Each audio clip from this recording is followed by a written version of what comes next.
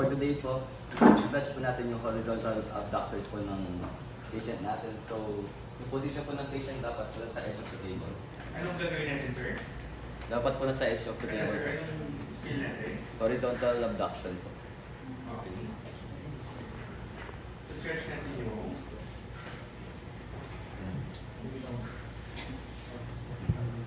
So, dapat po, bago tayo mag-start, 90 degrees po yung abducted yung arm po ng patient natin. So, bali po ganyan. And, gagawin po natin is, doon po sa distal humerus po natin, hawakan po natin sa right arm po natin. Dito po. Pero sir, doon sa picture, nakahawak po siya sa posterior humerus. Pero po sa book, sabi po sa book, anterior part of the humerus. So, sa left hand po natin, stabilize po natin yung shoulder ng patient para hindi po siya gumalaw. So, tapos, throughout the exercise po, dapat, okay lang po mag-flex yung elbows. So, start ko na.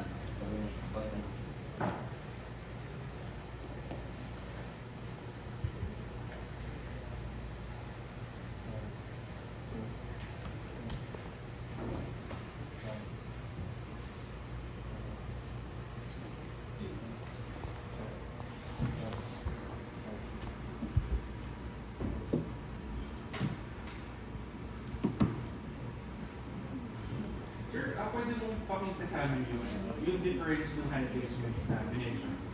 Yung one from the Sarap. image camo, and one from the book. Sir, kasi, Or parang galing na sa book yun? sir, kasi sa picture, sa likod niya, ganyan po niya hinawa. Okay. Pero kung pinalo po natin yung book, ganyan po natin hinawa. Sa bicep po niya. Yes, distal humerus. Ulitin Pero ko sir. pakita mo sa amin, sir, yung difference ng sinasabi mo. Yung dun sa... sige sir, hawak muna. Yan yung book, yan yung image, or... Yung kung sinasabi sa... text. Okay. Tapos, yung isa... okay. Pero at least dito pa rin sa may distal humerus. Okay, sige, okay. Siguro yung sir, yung isa. Sir, po. Yung una mong ginawa, yung na dito sa may mas magagawa ka lang. O yung mas mataas, sir. Kasi patulak pa ko. Tapos sir, so sir, kung kaya mo itong 90 kasi sir na, ang shoulder abduction. Okay? Stabilization sir, ano mention ulit? Sa may shoulder po ng patient. Anterior.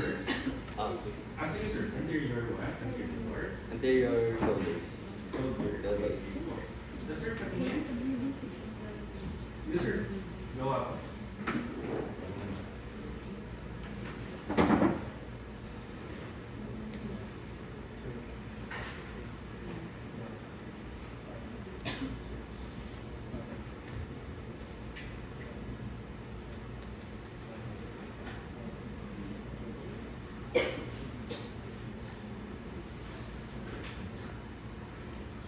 Okay, goal natin dito sir.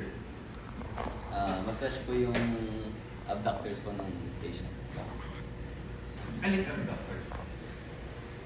Yung pectoralis group po ng patient.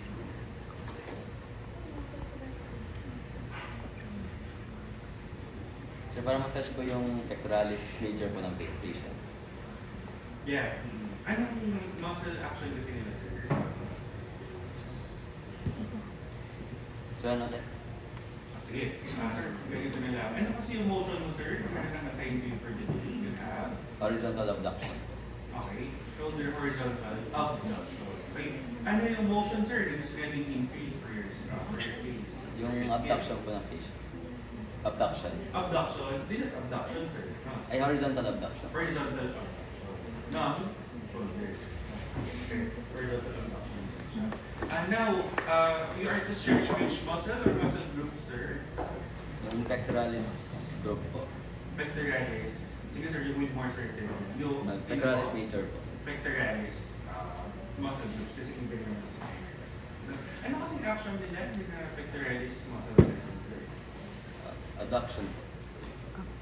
This is adduction. Horizontal adduction. Horizontal adduction. Okay, sige sir. Parameters po? 15-second hold po with 10 reps of 1 set. Okay, so just to clarify, ito po yung stretching niya, yung GPS component niya na unilateral. Kasi sir, di ba may note siya? Nabasa mo yung note ni Kisner kung sa baba? So, nabasa ko yung up. Ako. Sige. Anong sabi niya? So, binasa ko lang. Binasa mo. Tama naman yung tanong ko, ano kung binasa mo. Binasa mo lang po. Okay. Fast forward check na kasi sabi lang niya dito, the horizontal adductors, which are sinapectoralis now, are usually tied bilaterally. Okay? Please take note kasi that the skill the performs is unilateral, bilateral.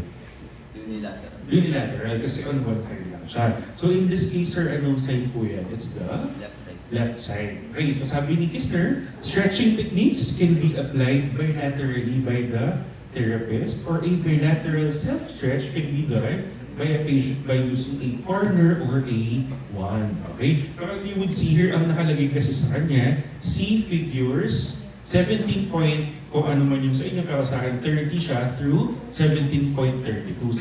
Chapter 17 kasi of Kisner is specifically for the shoulder region na siya. Okay? Kaya itong mga to kasi mas dahil nga self-stretching sila or bilateral sila, mas may encounter nyo na sila for next semester for TheraX Ortho. Okay? Pero please also look into this one. Okay tayo, sir? Sige po. So that's it for shoulder horizontal abduction. Okay po. So let's have the next one. So after that one, so